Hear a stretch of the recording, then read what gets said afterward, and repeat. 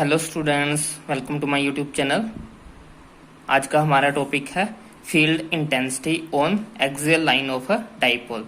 एक डाइपोल की axial position पे जो इलेक्ट्रिक फील्ड इंटेंसिटी होती है उसको हम कैलकुलेट करेंगे। ये टॉपिक जो है वो +2 क्लास का है, चैप्टर नंबर 1 का। तो शुरू करते हैं। सबसे पहले सपोज हमारे पास कोई डाइपोल ए बी है जिसमें 2 charges +q and positive Q separated by small distance 2a है।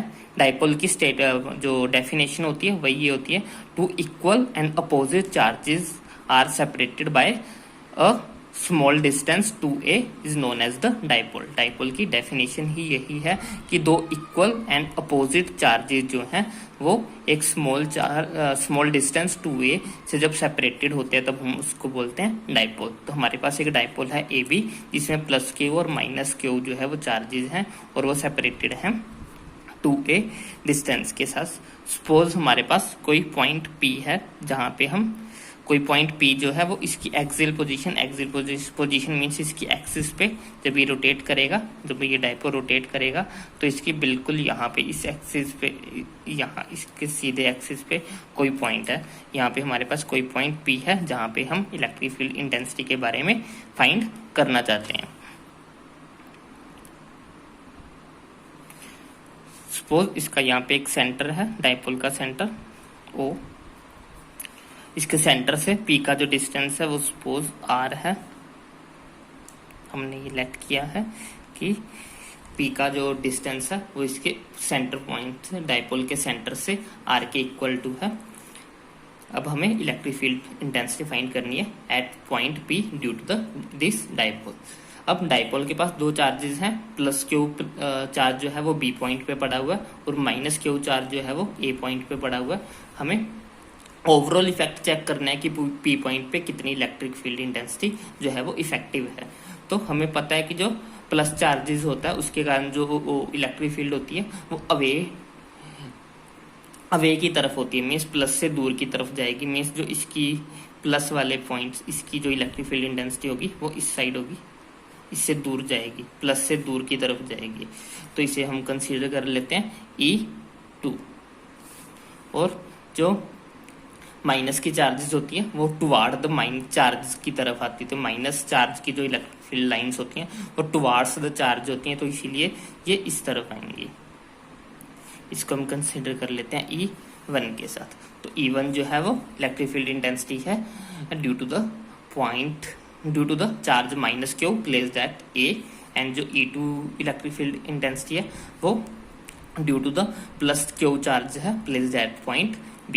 लेकिन ये दोनों इक्वल नहीं होंगे, E1 is not equal to E2। उसका रीजन ये है कि जो पॉइंट P है वो पॉइंट B के पास पड़ा हुआ है, तो इस पॉइंट B का P पे ज़्यादा इफेक्ट होगा, उस पर ज़्यादा इलेक्ट्रिक फील्ड लाइंस जो है, क्योंकि उन दोनों के बीच का डिस्टेंस जो है वो कम है, इसीलिए इसका इफेक्ट इस पर ज़्यादा होगा। लेकिन जो पॉइंट A है वो P से काफ़ी दूर है, जिसके कारण वहाँ तक जाते जाते इलेक्ट्रिक फील्ड की इंटेंसिटी जो है वो धीरे धीरे कम होती चली जाएगी। इसलिए हम ये कह सकते हैं कि जो E2 होगा वो हमेशा नहीं, जो इस केस में है E2, अगर हमने इसे E1 कंसीडर करते तो E1 is greater than E2 होता, तो इस केस में जो है E2 हमेशा बड़ा होगा E1 से। मीन्स हम ये भी कह सकते हैं जो पॉइंट चार्ज हमारे पॉइंट के पास पड़ा है, जिसपे हम इलेक्ट्रिक फील्ड इंटेंसिटी को स्टडी करना चाहते हैं, उसके पास पड़ा हुआ है, तो उसका इफेक्ट जो होगा वो ज़्यादा होगा एज कम्पेयर टू दूसरे वाले। तो B पॉइंट पे जो चार्ज पड़ा है +q, उसका इफेक्ट P पॉइंट पे ज़्यादा होगा। तो अब हम इलेक्ट्रिक फील्ड इंटेंसिटी फाइंड करते हैं। इलेक्ट्रिक फील्ड इंटेंसिटी का फॉर्मूला होता है E इज इक्वल टू होता है 1/4πε0 चार्ज डिवाइडेड बाय R की स्क्वायर, जहाँ पे R क्या होता है, distance between the charge and the point. तो पहले हम क्या फाइंड करेंगे, लेट E1 को फाइंड कर रहे हैं हम। E1 electric field intensity eight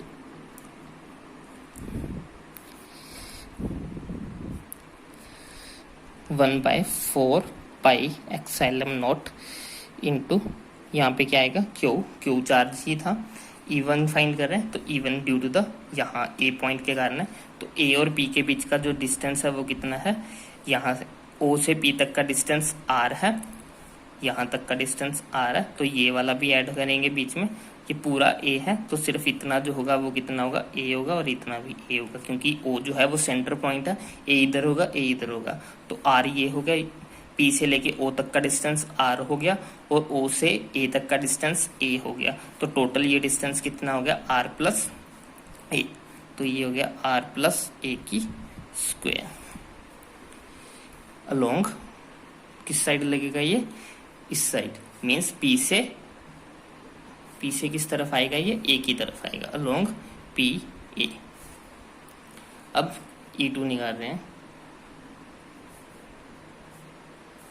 E2 क्या हो जाएगी, 1/4 pi epsilon naught Q, charge तो Q ही था। अब इनके बीच का डिस्टेंस P और B के बीच का डिस्टेंस, ये वाला डिस्टेंस पूरा P से लेके O तक का डिस्टेंस R था, लेकिन हमें B से P तक का डिस्टेंस चाहिए, मीन्स सिर्फ इतना डिस्टेंस चाहिए। तो इसमें ये वाला पार्ट भी ऐड है, O से B तक का। O से B तक का कितना था, A, तो पूरे में से अगर हम A को माइनस कर देंगे तो हमारे पास B और P के बीच का डिस्टेंस आ जाएगा। पूरा R था, माइनस क्या करेंगे A, तो ये आ गया हमारे पास E2। अब हमें पता है, क्योंकि E2 जो है ग्रेटर देन है E1 से, तो इसीलिए नेट इलेक्ट्रिक फील्ड जो होगी, net electric field intensity will be E is equal to E2 minus E1। अब E1 की वैल्यू, E2 की वैल्यू क्या थी हमारे पास, 1/4 pi epsilon naught into Q over E2 क्या था, A R माइनस A का whole square, R minus A whole square minus 1/4 pi epsilon naught Q over R plus A का होल स्क्वायर। तो इसमें से Q और 1/4 पाई एक्साइलम नॉट जो है वो कॉमन है, तो उसको हम कॉमन निकाल लेंगे। ये हो जाएगा Q over 4 pi epsilon naught, अंदर क्या बचेगा, 1/R minus A whole square minus 1/R plus A whole square.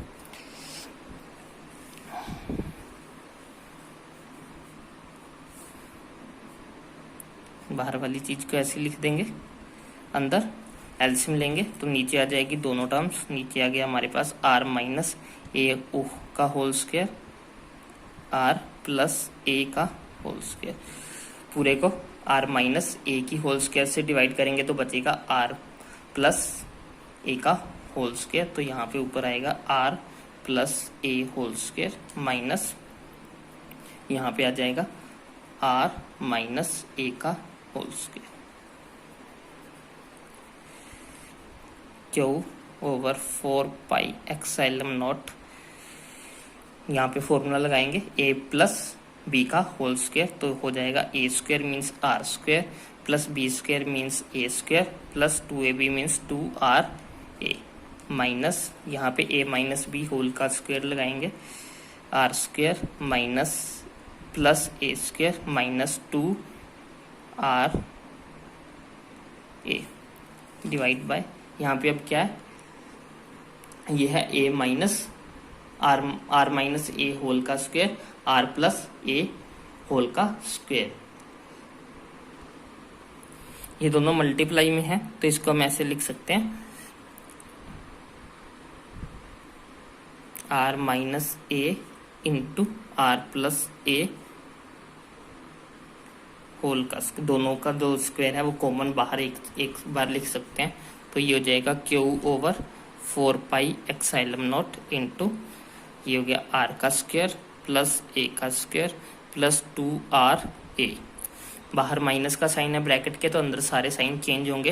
ये हो जाएगा minus R square minus A square plus 2RA divided by, ये हो जाएगा हमारे पास a minus B into A plus B. इसका फॉर्मूला क्या होता है, A square minus B square, means ये हो गया हमारा R square minus A square का होल स्क्वायर।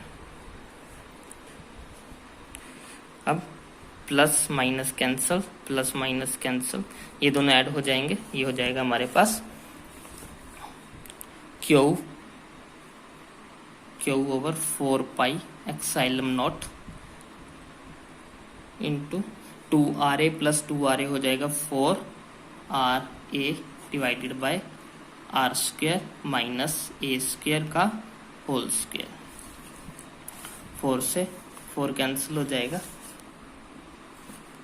सॉरी हम 4 को यहाँ पे कैंसिल नहीं करेंगे, उसका भी यूज कर सकते हैं हम। तो इसको हम लिख सकते हैं Q 4 pi epsilon naught into 4RA divided by R square minus A का स्क्वायर की होल स्क्वायर।